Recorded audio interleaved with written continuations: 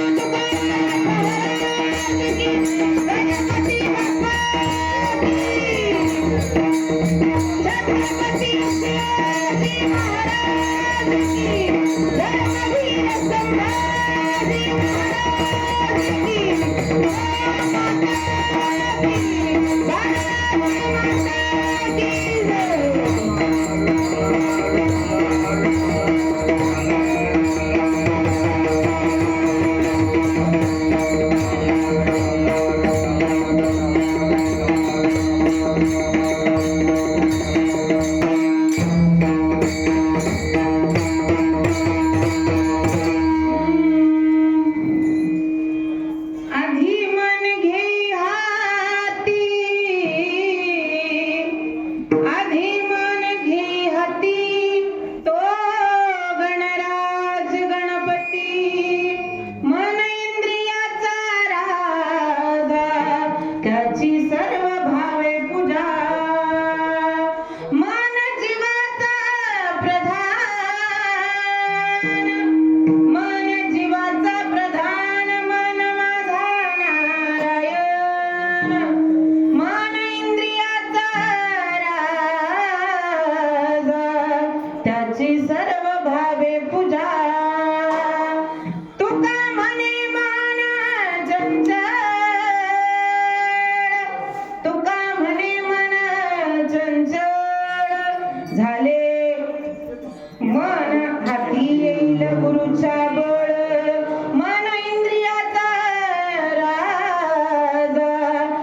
त्याची सर्व भावे पूजा विठ्ठल विठ्ठल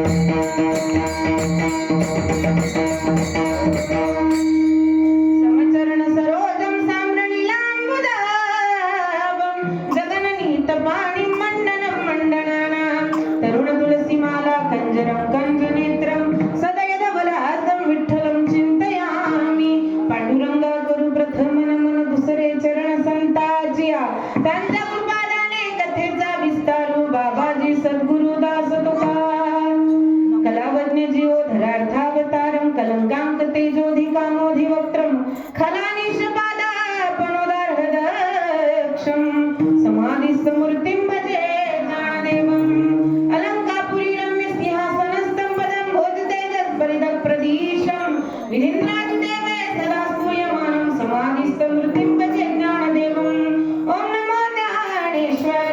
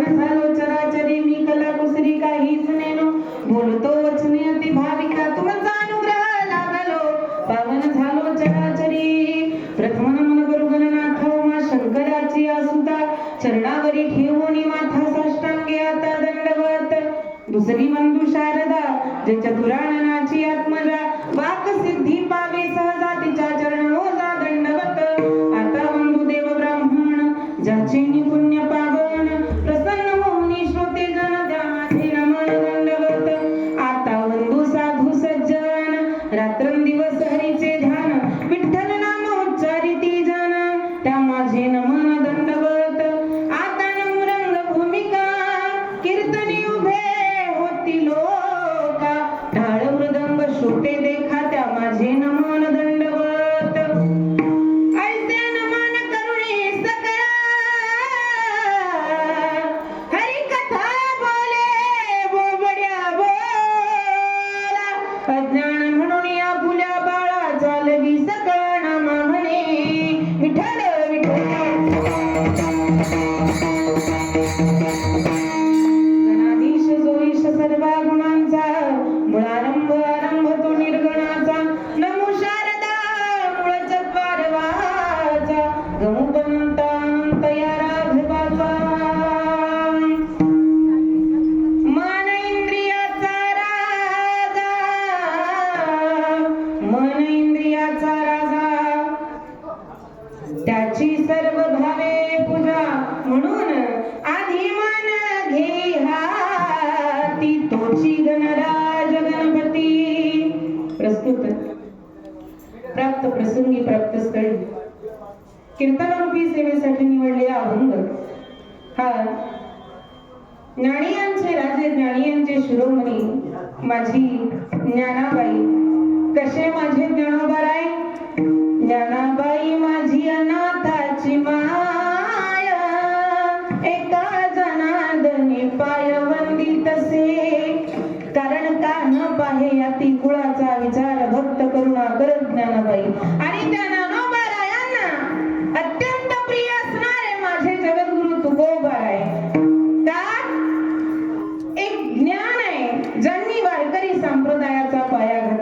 कारण घराचं फाउंडेशन चांगलं असलं बाबा ही फाउंडेशन आहे जुनी. कधी कधी असं होतं की काय बोलावं, कारण समोरचे श्रोते समजण्याच्या पलीकडचे असतात. पण कधी कधी असं होतं काय बोलावं का, कारण श्रोता जर वक्त्यापेक्षा सुज्ञ असेल, नव्हे श्रोत्यांमध्ये जर अनेक कीर्तनकार असतील, श्रोत्यांमध्ये जर अनेक अभ्यासू वर्ग असेल, श्रोत्यामध्ये जर मर्मज्ञ असतील, तर ते कीर्तन नसतं, तो ती काय असते महाराज, परीक्षा असते आणि सेवा असते. का, कारण ह्यांच्या काय द्यावे त्यासी भावे उत्तराई, ठेवितो हा पायी जीव थोडा. गुरुजींसारखे मंडळी असतील, बाबांसारखे, कारण जुनी हाडं आणि जुनं एवढं सुंदर गायन, एवढं सुंदर वादन, कारण फार कमी मिळतं बघायला, आहे की नाही. कारण आता आमच्याकडे कला आहे, पण त्या कलेसोबत प्रेम आणि प्रेमासोबत ज्ञान आणि ज्ञानासोबत नम्रता पाहायला मिळत नाही. पण पूर्वीचं कसं होतं, भरलेला आंबा असतो आणि रिकामा आंबा असतो, है की नाही. भरलेलं झाड जसं वागतं तसं भरलेली घागर जशी उचंबळत नाही, तसं महाराज ही भरलेली माणसं आहेत, है की नाही. आणि यांच्यासाठी एकदा सुंदर अशा टाळ्या वाजवा. माझं मत भाग्य मी सर्वांच्या महाराष्ट्र भूषण हरिभाऊ भजनानंदी, अच्छा, त्यांचं नाव फक्त आतापर्यंत ऐकून होते. अहो महाराज, हे गाव काही गावं अशी असतात जिथं मोजावं लागतं कोण माळकरी, बरोबर ना बाबा. आणि काही गावं अशी असतात, एका गावामध्ये विचारलं तर त्यांनी सांगितलं, ताई आमचं अख्खं गावच माळकरी आहे. तसं इथं सगळेच माळकरी आहे, सगळेच मृदंग रत्न आहेत, सगळेच गान गंधर्व आहे आणि सगळेच कीर्तन रत्न आहे. इथं कशाचंही जे जया पाहिजे ते आहे रे, सगळंच आहे. म्हणून ज्ञानोबारायांचे हे प्रेम आहे की नाही. आणि म्हणून अशी मंडळी आहे. म्हणून थोडंसं हे होतं, एक तर मला गरमीची म्हणजे गरमीने आधीच माणूस बावचळतो, है की नाही. आणि त्याच्यात समोर जर अभ्यासू मंडळी असेल तर माणूस अजूनच बावचळतो ना. हा, तशी घाबरणारातली नाही मी, हा अजिबात, पण होतं कधी विठाल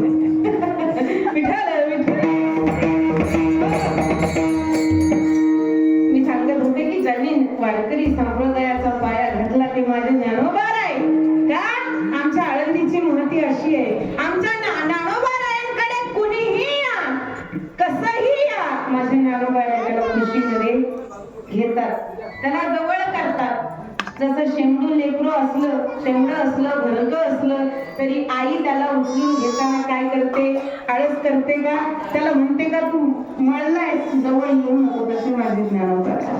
आणि त्या ज्ञानोबारायांना प्रिय असणारे तुकोबाराय, त्या तुकोबारायांचा माझ्या गणपती बाप्पाचं महत्व सांगणारा अभंग आज या ठिकाणी भगवंताच्या जन्मदिनाच्या जयंतीच्या निमित्ताने आपण काय केलेलं आहे, सेवेसाठी निवडलेलं आहे. आता ऑलरेडी भरपूर टायमिंग झाला, आपला 10 ते 12 टाइम होता. आपण काय करू, आधी चरित्र सांगून घेऊ, थोडंफार जे तुम्ही उकळून पिलेले सगळ्यांना माहिती. मी फक्त इथं एखादं बावलं उभं करतात आणि ते दोरीनी नाचवतात, तसे आहे, बरोबर ना. कारण अभ्यासू आहे महाराज सगळे, म्हणून. आणि मग अभंगाच्या चिंतनाकडे वळूयात. विठ्ठल अगं, सेवेपूर्वी थोडासा परिहार द्यायचा तो असा की आजची जी ही कीर्तनरूपी सेवा मला प्राप्त झालेली आहे ती आमच्या गंगादादा घडगे यांच्यामुळे प्राप्त झालेली आहे. आणि मी ऐकून होते, कारण सुनील महाराज मिस्त्री जे माझ्या गुरुस्थानी आहेत आणि आमचे बंधू असेल, सगळ्यांची नावं म्हणजे सगळ्यांच्या भेटी आहे माहिती. सगळ्यात अगोदर जर माझं या गावात कोण ओळखीचं असेल तर सुनील महाराज मिस्त्री, माझे गुरुजीच म्हणते मी त्यांना जवळजवळ, कारण मला ते लहानपणापासून बघत आले. मी तुम्हाला जरी अशी दिसत असले, हा दिसते ना, आहेच, आता दिसणार का नाही, खाता पिता घरातलं आहे ना.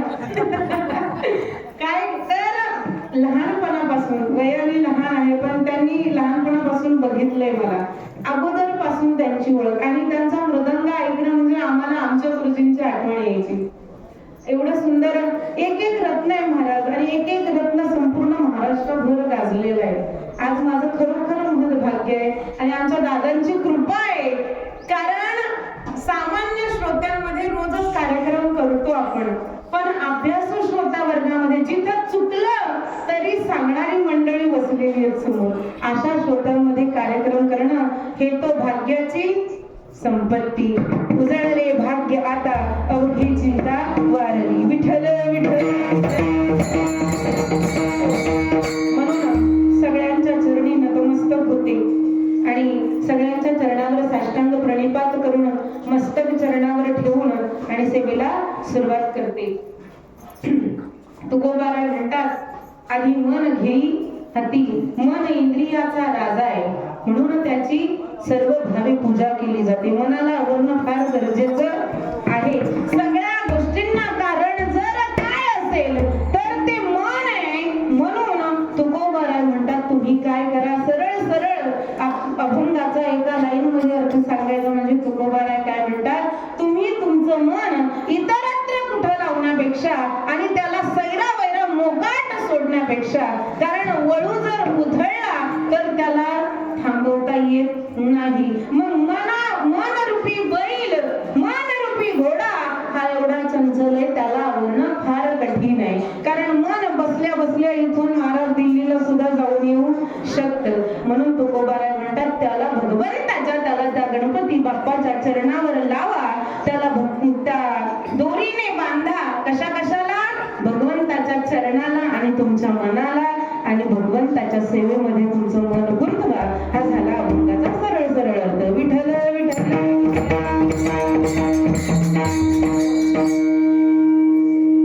भगवंताच्या गणपती बाप्पाच्या जन्मदिनानिमित्त, कारण गणपतीचा उत्सव आपण वर्षातून 3दा साजरा करतो.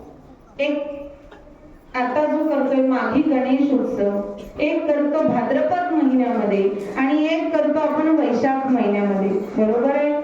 आता तुम्ही चुकलं तर आज मला सांगायचं. हा, असं समजा माझी परीक्षा चालू आहे, बरोबर आहे ना बाबा? पण हा जो माघी उत्सव आहे हा महोत्कट गणपती बाप्पाचा उत्सव आहे. कारण या गणपतीला पार्वती मातेने जन्माला घातलेलं नाही. एक महागणपती आहे जो सर्वांचा राजा आहे. कारण गणपती बाप्पा हे भगवान महादेवाच्या आणि पार्वती मातेच्या लग्नामध्ये सुद्धा पूजल्या गेले होते. मग गणपतीचा जन्म जर पार्वती मातेने गणपतीला जन्माला घातलं तर अगोदर कशी पूजा केली? तर अगोदर जी पूजा केलेली आहे गणपती बाप्पाची ती महागणपतीची पूजा केलेली आहे. महागणपती हा अगोदर पासून आहे. आणि एक गणपती जो ज्याचं प्राकट्य झालं माझ्या पार्वती मातेच्या मलाने, म्हणजे अंगावरच्या उरलेल्या चंदन उटीने त्या मला महिलाने ज्याला निर्माण केलं तो एक गणपती. आणि आजचा जो हा आहे हा महोत्कट गणपतीचं ते कश्यप मुनींनी आणि आदिती मातेने असं वर्णन केलेलं आहे गणेश पुराणामध्ये की 12,000 वर्ष तप केल्याच्या नंतर गणपती बाप्पाने महोत्कट रूपाने राक्षसांचा वध करण्यासाठी ते आदिती मातेच्या पोटी जन्म घेतलेला आहे.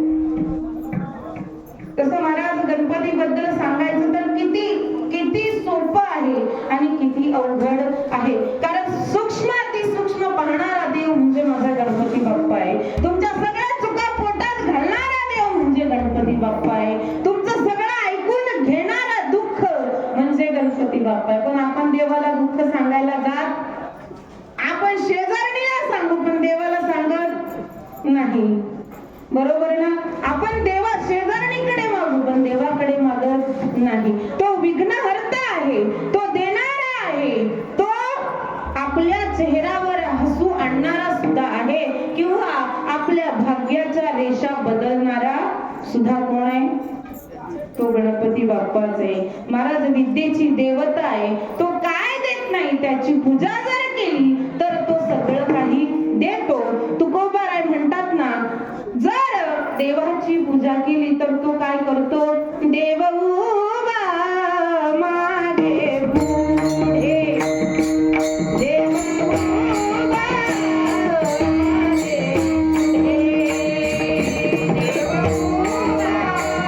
मागे पुढे देव उभा मागे पुढे देव उभा मागे पुढे उभे कोडे संकट उभे कोडे संकट देव उभा मागे पुढे देव उभा मागे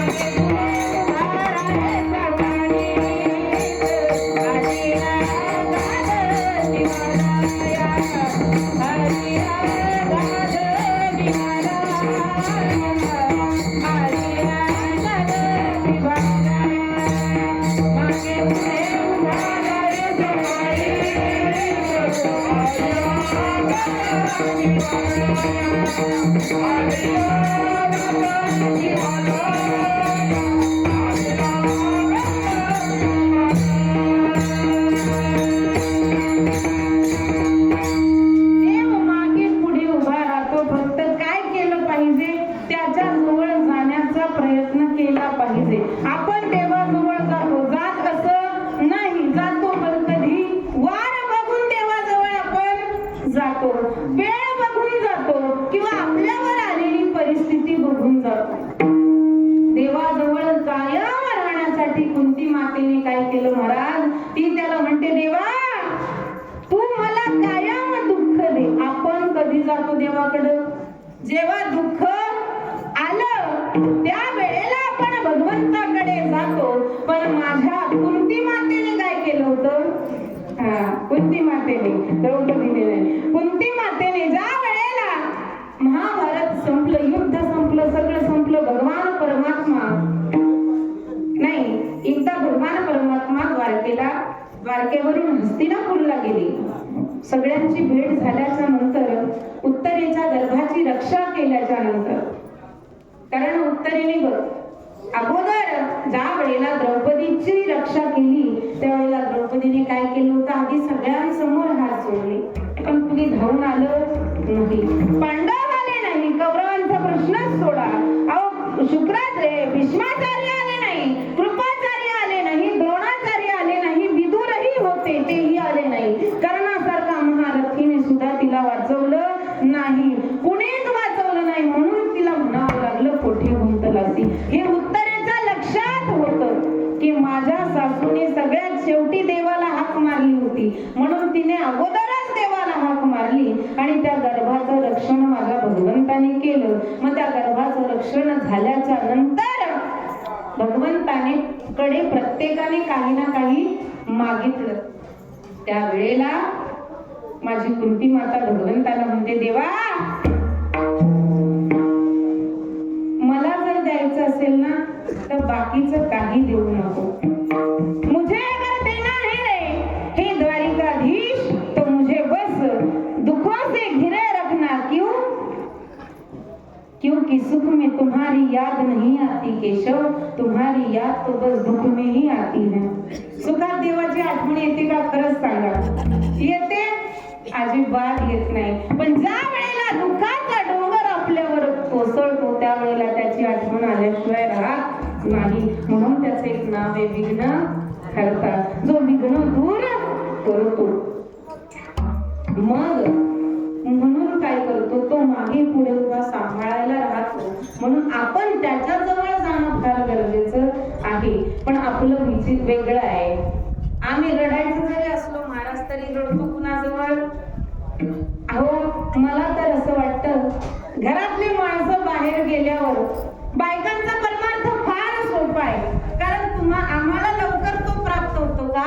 मुळातच प्रेमाचं अंतःकरण भगवंताने कुणाला दिलेलं आहे? स्त्री वर्गाला दिलेला आहे. हा, काही करावं लागत नाही फारसं. मग सगळे घराच्या बाहेर गेल्याच्या नंतर त्या घरातल्या स्त्रीने दार लावावं, देव्हाऱ्यासमोर जाऊन बसावं आणि मग भगवंताला म्हणावं, हरिया हृदय मंदिरी नाही कोणी दुसरे घरी, माया सासूचा नाही पत्ता नष्ट झाला क्षमता. आता माझा जो कामरूपी नवरा आहे तो कुठं गेलाय? बाहेर निघून गेला. आता घरात कुणीच नाही. काम भरतार गेले तुरी नाही कोणी दुसरे घरी, हरिया हृदय मंदिरी नाही कोणी दुसरे, हरिया कोणी दुसरे.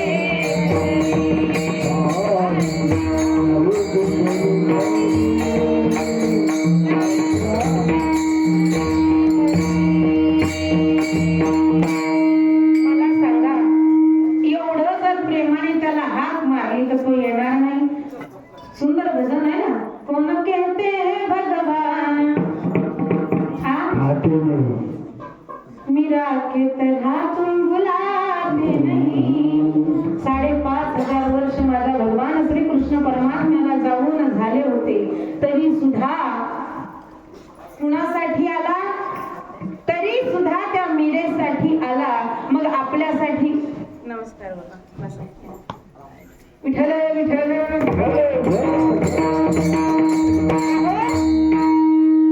ज्या आईने त्या गणपती बाप्पाला निर्माण केलं कशासाठी? एकदा मातेने काय केलं? पार्वती मातेने नंदीला सांगितलं, महादेवाच्या वाहनाला, की मी जरा आंघोळीला चालले, तू महालाच्या द्वारापाशी काय कर? रक्षण कर. चोपदार बनून त्याला उभं केलं. कुणाला?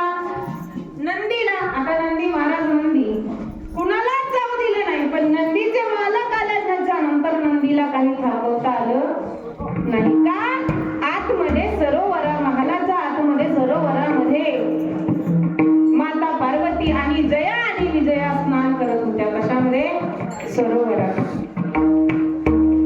आणि सांगितलं होतं कुणालाच येऊ द्यायचं नाही. मग तरी सुद्धा कुणीच गेलं नाही. पण आता ज्या वेळेला महादेव महाराज झाले त्या वेळेला नंदीला म्हणता आलं का तुम्ही जाऊ नका म्हणून? म्हणता येईल का? कारण महादेवाने जर म्हणलं तर काहीही करायला तयार असणारे कोण होते? नंदी महाराज. अजिबात त्यांना अडवता आलं नाही. आणि महादेव सरळ आतमध्ये स्नानगृहाकडे गेले. आणि त्या वेळेला महादेवांना पाहिल्याच्या नंतर जया आणि विजया यांना थोडं संकुचितपणा वाटला. म्हणून पार्वती मातेला त्या मैत्रिणी म्हणतात, अगं हे महादेवाचे सैनिक आहेत. आता नंदी महाराज कुणाचे? महादेवाचे. हे एकच कुटुंब असं आहे या ब्रह्मांडामध्ये, जिथं सगळे एकमेकांचे शत्रू एकाच घरामध्ये राहतात, है की नाही? सिंह नंदीला खातो. कार्तिक स्वामींचं वाहन ते महादेवाच्या गळ्यात काय? कारण याचं खाद्य कोण आहे? मोराचं खाद्य साप आहे ना. आणि गणपती बाप्पाचं वाहन ते कुणाचं खाद्य आहे? उंदीर मामा खाद्य कुणाचे आहे? सापाचे. पण असं सगळं असणारं घराणं एकमेव ब्रह्मांडामध्ये एकत्र नांदतंय. म्हणजे शांतीचा संदेश देणारं घराणं म्हणजे माझ्या महादेवाचं घराणं समजल्या जातं. मग पार्वती मातेला त्या जया विजया म्हणतात, तू आपला एखादा सैनिक निर्माण कर, चोपदार निर्माण कर. का? तो आपलं ऐकेल, तो तुझं ऐकेल.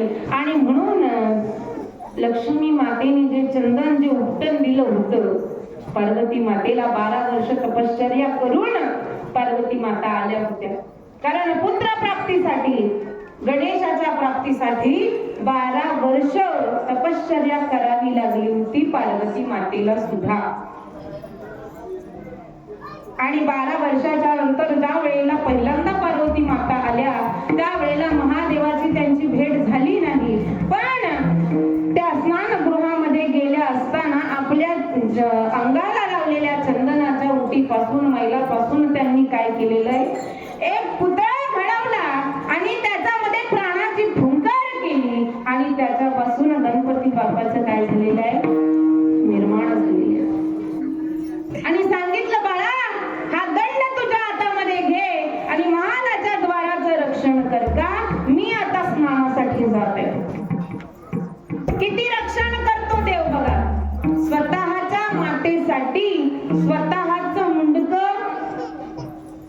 एक भगवान परमात्मा आपल्याकडे, भगवान परशुराम, ज्यांनी आपल्या पित्याच्या वचनासाठी आपल्या मातेचं शिर सुद्धा तोडलं होतं. एक भगवान परमात्मा आपला गणपती बाप्पा, ज्याने मातेच्या रक्षणासाठी आपलं शिर वडिलांकडून शिरच्छेद करून घेतला, बरोबर ना.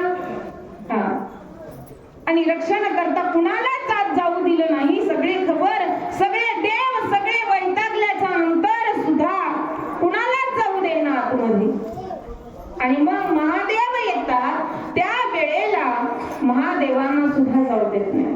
महादेव सांगतात, अरे बाबा, तू जर पार्वतीचा पुत्र असशील तर तू माझा कोण आहेस, माझा मुलगा आहेस. मला माझ्याच घरात जाऊ देत नाहीस. तुम्ही कुणीही असा, मी तुम्हाला ओळखत नाही. हा, अजिबात ओळखत नाही. माझ्या मातेने मला सांगितलंय की जोपर्यंत मी स्नानावरून येत नाही तोपर्यंत कुणालाही आज जाऊ द्यायचं नाही. मग सेवके करावे सांगितले का, मग तेथे मी तू पण कामा नाही. आईचा शब्द राखण्यासाठी आता आपण सगळं राखतो, पण आईचा शब्द राखत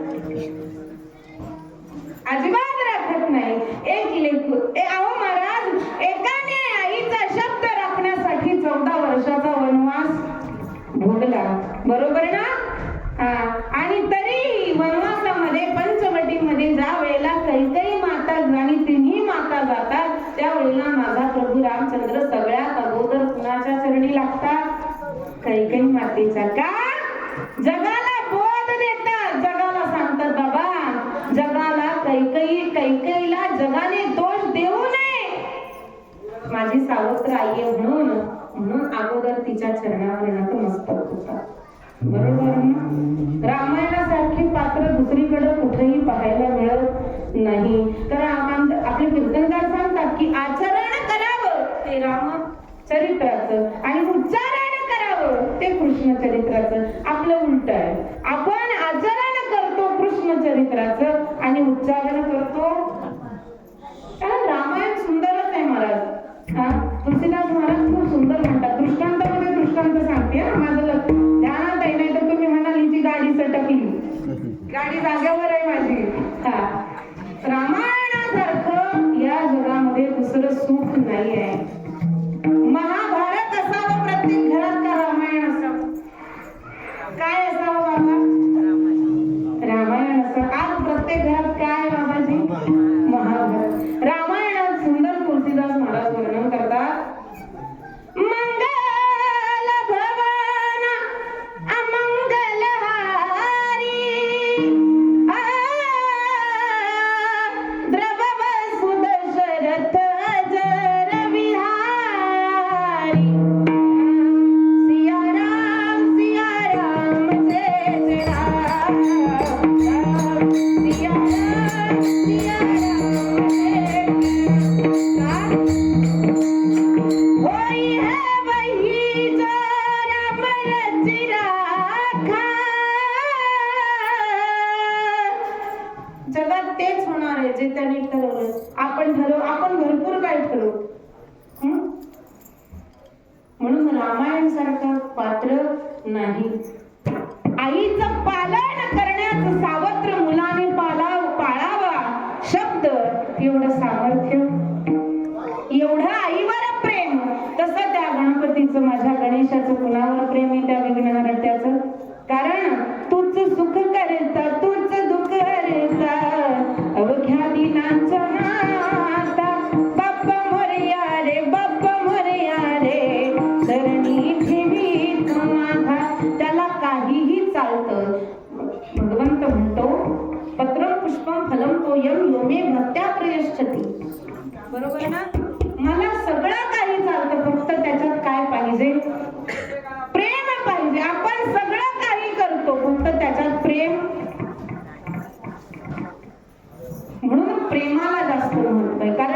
प्रेमापोटी आपला शिरच्छेद करून घेणारा भगवान परमात्मा.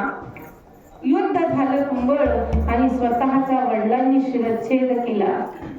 मात्याने येऊन पाहिलं आणि अश्रू अनावर झाले. सांगितलं माझ्या मुलाला जर परत जिवंत केलं नाही तर या ब्रह्मांडाला शिल्लक ठेवणार नाही. का? ती आदिशक्ती आहे, जी जगत निर्माण करणारी आहे, ती जगाला जन्म देणारी आहे. तुम्ही बी सरकारकडे 50% आरक्षण येणे म्हणून मागत फिरता. ज्या महादेवाने, ज्या आदिशक्तीने 100% आरक्षण आपल्याला दिलेलं आहे, बरोबर ना? मागायची गरज नाही, पण आपल्याला सवय लागली सगळीकडे मागायची, त्यामुळे ती सवय आपली जात नाही. भगवान परमात्मा काहीच मागण्याची गरज आपल्याला कमी पडू देत, सगळंच तो अगोदर देतो, पण तरीही आपल्याला समजत नसल्यामुळे आपण मागत फिरत असतो, बरोबर ना? मग मला सांगा, आई त्या लेकराचा शिरच्छेद झाल्यावर तिने सांगितलं,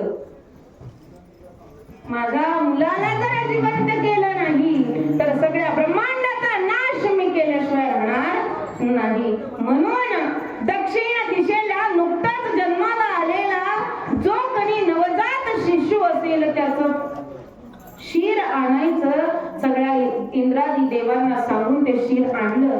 भगवान स्वतः नरनारायण विष्णूने आणि ते शीर माझ्या महादेवाने अश्विनी कुमारांना सांगितलं आणि त्यांच्या समवेत कशाला त्या धडाला ते जोडल्याच्या नंतर आणि मग ते गणपती बाप्पा सुंदर परत उभे राहिले. मला एवढं ते म्हणून मी सांगत होते की आपल्या आईचंही रक्षण स्वतःचा प्राण देऊन जो भगवान परमात्मा करतो, मग तो तुमचं आमचं रक्षण करणार नाही का? म्हणून काय केलं पाहिजे? ऐक रे मना तुझ्या स्वहिताचा गुणा, पंढरीचा राणा मना माझी स्मरा. मनाला सांगितलं पाहिजे, बाबा आई आई इतरत्र कुठं भटकल्यापेक्षा तू काय कर, त्या भगवंताचं भजन कर. माझी मना जरा थांबना, माझी मना ओळखू कसे मी तुझे ऋतू, तुझे धावणे मला वेदना. माझी मना जरा ऐकना, माझी मना. तुमच्या पुढे मी काय गाणार, ह्यांच्या पुढे काही की नाही, पण आपला एक छोटासा प्रयत्न, सवय. कारण बाबांच्या पुढे आपण काय गाऊ? कारण गुरु आहे, जिथं गंगा उगम पावते, आहे की नाही, सागरात गागर भरून उपयोग, असं ज्ञान आहे. म्हणून मनाला समजवलं पाहिजे आणि त्या भगवंताच्या चरणावर मन लावलं पाहिजे. मन लावलं फार गरजेचं आहे. सुंदर दृष्टांत आहे. महाराज मन इंद्रियाचा राजा आहे. बहु चंचल चपळ, बहु चंचल चपळ, जाता येता न लगे वेळ, जाता येता, जाता येता न लगे वेळ. बहु चंचल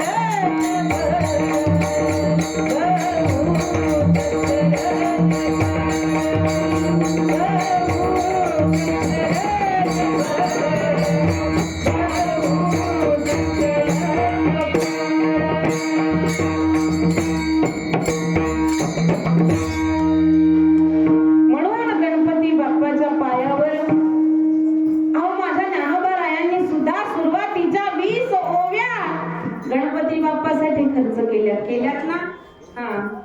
नामदेवराय सुद्धा म्हणतात, प्रथम नमन करू गणनाथा. ज्ञानोबाराय म्हणतात, ओम नमो जियाद्य वेद प्रतिपाद्य, जय जय संवेद्य आत्मरूपा, देवा तुझी गणेश सकलार्थमती प्रकाशू, म्हणे निवृत्ती दासू अवधारी जोडी. हे शब्द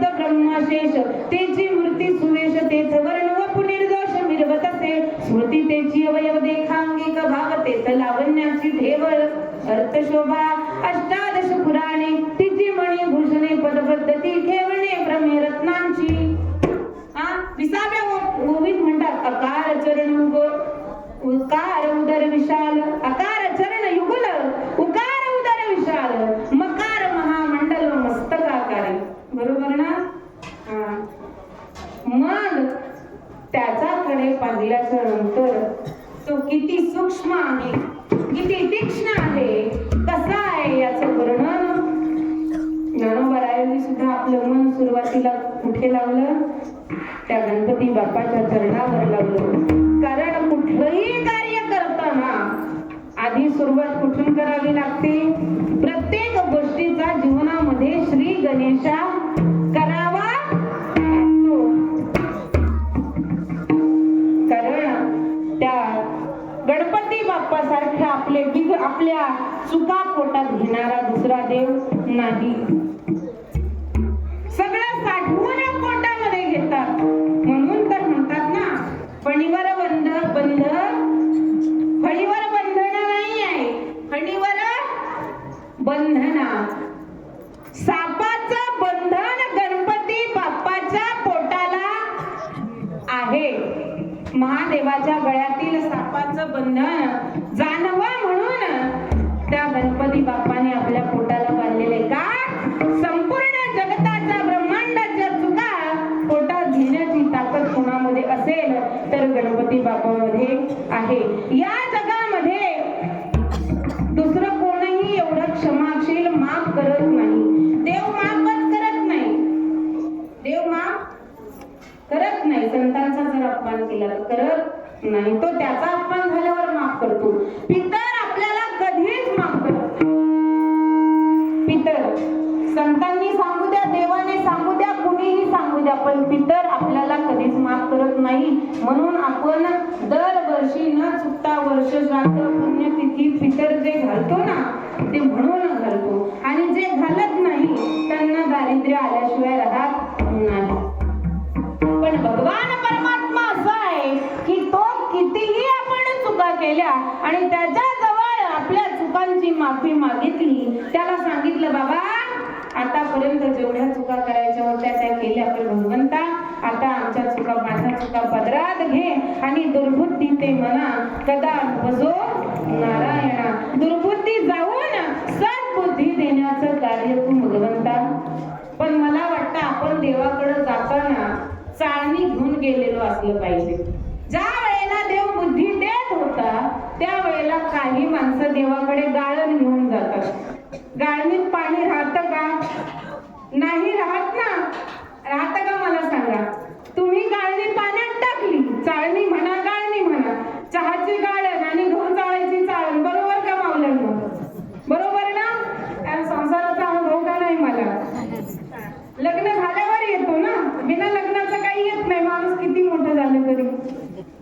हा, चहा गाळतो ती, पाणी गाळतो ती गाळणी.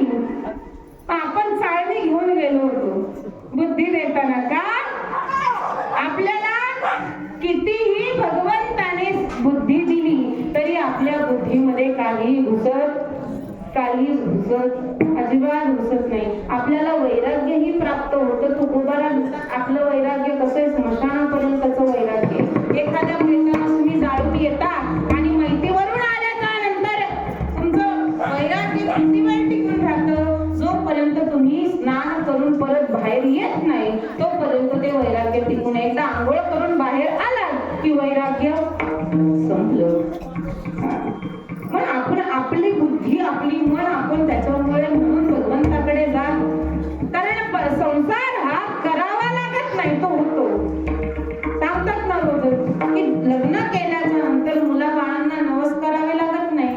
लग्न केल्याच्या नंतर मुलंबाळ होतातच, गरज पडत नाही. पण परमार्थ हा म्हणून करावा लागतो. म्हणून तर तुकोबाया म्हणतात की कामामध्ये काम, काही म्हणा राम राम. म्हणून म्हणतात देवा माझे मन लागो तुझे चरणी, संसार व्यसनी पडवणे दे. का? हा अवघड आहे. काय काय करू? देवाला म्हणतो ना आपण, पोट भरू का भक्ती करू? तुकडोजी महाराजांचं आपण काय? हा, देवा सांगा मी काय करू? हा, माझं हेही नाही आणि तेही नाही, वेगळा तोही पासोनी. माझ्याकडून काहीही होत नाही. तुकोबाला म्हणतात हे काहीच करण्याची गरज नाही, फक्त एकच करायचंय ते अभंगाच्या प्रथम चरणामध्ये.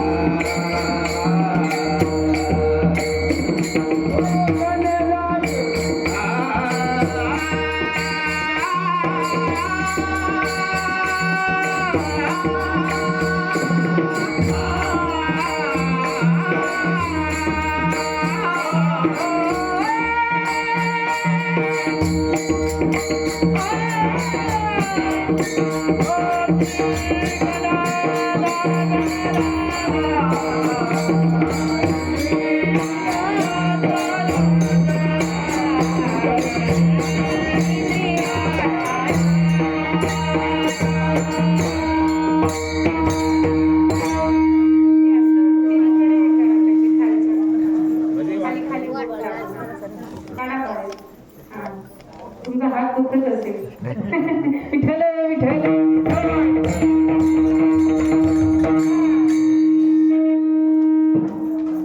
12 वाजलेले, आपण फक्त 2 मिनिटं फुलं टाकायचे का? तुमच्याकडे फुलं काही टाकत नाही ना? टाकतात? हा, मग फुलं वाटताय, फुलं वाटून घ्या. महोत्कट गणपतीची जी उत्पत्ती आहे किंवा जो जन्म आहे किंवा जो भगवंताचा जो जन्माचा काळ आहे ते थोडक्यात एक गणेश पुराणामध्ये जास्त वर्णन आलेलं नाही. गणेश पुराणामध्ये जास्त वर्णन जे आहे ते पार्वती मातेने ज्या गणपतीला जन्माला घातलं त्या गणपतीचं वर्णन आलेलं आहे. मागे गणेश उत्सवामध्ये जो उत्सव आहे त्या देव आदिती आणि कश्यप मुनींनी ज्या वेळेला दोघांनी तपश्चर्या केली, भगवंताला प्रार्थना केली, देवा हे महागणपती देवा तू सुद्धा आमच्या पोटी जन्माला ये. 21 अवतार आहेत गणपती बाप्पाचे, 21 अवतार आहेत आणि 21 अवतारांपैकी जे मुख्य 3 अवतार समजले जातात त्यापैकी आजचा माघी गणेश उत्सवाचा काय आहे, जन्मदिवसाचा अवतार महत्वाचा समजला जातो.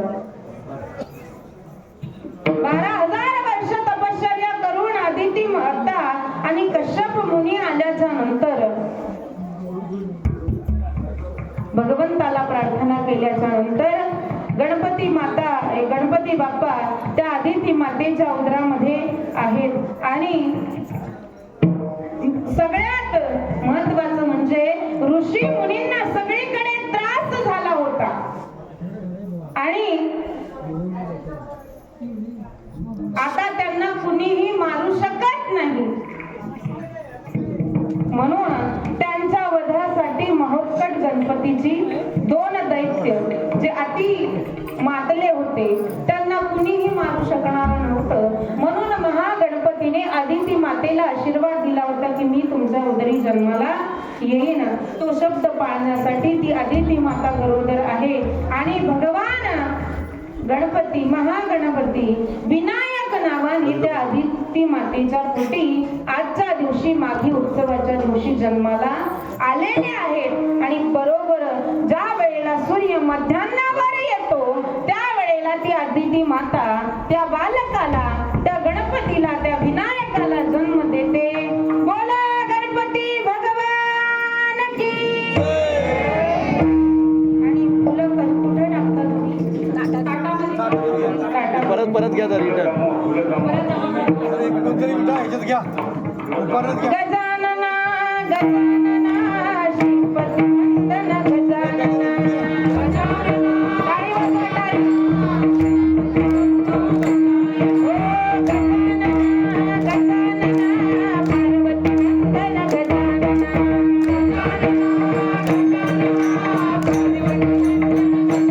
ओ पार्वती नंदन गजानना.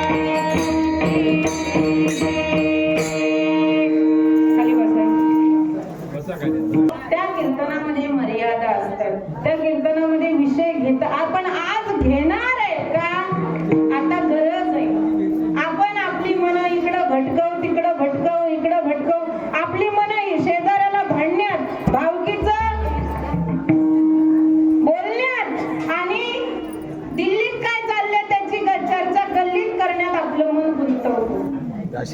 पण जर शिवाजी राजाने मन गुंतवलं नसतं कुठे, आता जे म्हणतात मुल्ले की हिंदुस्थान नाव आम्ही ठेवलंय, त्यांचं नाहीये. 400 वर्षापूर्वी ज्या वेळेला माझ्या राजाने हे स्वराज्य निर्माण केलं, स्वराज्याचं तोरण बांधलं, त्या वेळेला या स्वराज्याला जे नाव दिलं त्याचं नाव काय आहे? हिंदवी स्वराज्य. आणि त्यालाच पुढं हिंदू पद पातशाही हे नाव पडलं. मन गुंतवण्याचाच प्रश्न आहे ना, तर ते कुठं गुंतवायचं हे राजांकडून शिकावं. मन गुंतवायचं कुठं, प्रेम करायचं कुणावर, हे माझ्या धर्मराजासारख्या ज्याने धर्म राखला, धर्मासाठी झुंजावे, झुंजोनी अवघ्यासी मारावे, मारिता मारिता घ्यावे राज्य आपुले, अवघा हल्ला कल्लोळ करावा, मुलूक बडवावा की बुडवावा धर्म संस्थापनेसाठी. ज्यांना मनाचे श्लोक लिहून पाठवले कुणी? स्वामी रामदास स्वामींनी. की एवढा माझा राजा सिंहाच्या जबड्यात घालूनी हात मोजितो दात ही जात मराठ्याची. मराठी म्हणजे फक्त मराठी नव्हे, महाराजांचे मावळे म्हणजे मरहट्टे. मरणापर्यंत स्वतःच मन अगदी ताणून त्या स्वराज्याच्या चरणी वाहून मरेपर्यंत हट्टाला पेटणारे, युद्धातून मागे न सरणारे, पावन खिंडीच्या तोंडाशी लढवून झगडणारे, मरणारे म्हणजे कोण आहे? मरहट्टे आहे. मग मन जर माझ्या राजाने तिथं स्वराज्याचा पायी लावलं नसतं, तर तुम्ही आम्ही आज 100 जागा निवडून आल्या तरी आपल्याला काय वाटत नाही.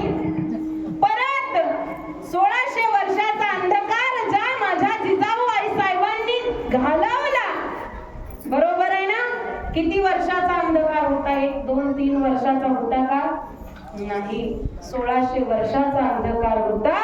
तो अंधकार दूर करण्यासाठी आई भवानीच्या चरणी मन लावलं आई साहेबांनी आणि सांगितलं, देशील पुत्र तर प्रभू रामचंद्रासारखा दे, देशीलच पुत्र तर माझ्या भगवान श्रीकृष्णासारखा दे, देशील पुत्र तर भगवान वामनासारखा, नरसिंहासारखा.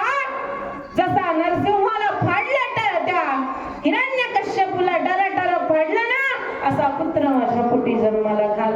देशील कन्या तर मीरेसारखी दे, देशील राधेसारखी दे, देशील तर कन्या मला कुणासारखी दे? रणांगणामध्ये सत्यभामेसारखी, जिने लढावं सत्यभामेने, रणांगणामध्ये जसं कैकेयीने लढावं अशी शूर कन्या माझ्या पोटी जन्माला घाल. कैकेयी वाईट नव्हती महाराज. ज्या वेळेला राक्षसांसोबत लढायला गेला होता ना दशरथ राजा, त्याच्या रथाचं चाकाची आरी निघाली होती. ती आरी म्हणून आपला हात त्या चाकामध्ये घातला होता आणि रथामध्ये. किती बलवान असेल, या भारताची स्त्री फार बलवान आहे. म्हणून तर हे मुल्ले भडवे जे आहेत ना, हे अगोदर काय करतात? आपल्या आया बहिणींच्या इज्जतीला हात म्हणून घालतात का? त्यांना माहितीये या भारताची स्त्री संपली. या भारतामध्ये 2 रत्न आहेत, एक गाय आणि दुसरी माय आहे. तुम्ही मला सांगा, एक स्त्री गेली म्हणजे एकटी जात नाही, ती एक पिढी नाही 42 पिढ्या घेऊन जाते. म्हणून आपली स्त्री वाचवणं गरजेचं आहे, म्हणून आपला धर्म वाचवणं गरजेचं आहे. आजच्या प्रत्येक कीर्तनकाराने कीर्तन करता करता तुकोबारायांनी त्या काळात जसे प्रसंग होते तसे अभंग लिहिले. बरोबर ना बाबा? तुकोबारायांच्या जीवनामध्ये जे जे प्रसंग आले त्याच्यावर त्यांनी अभंग लिहिले. म्हणून आपल्या जीवनामध्ये सध्या जे प्रसंग आहेत त्याच्यावर आपण बोललं पाहिजे का? तुकोबाराय ब्राह्मणांना सुद्धा म्हणाले, तुका म्हणे खरे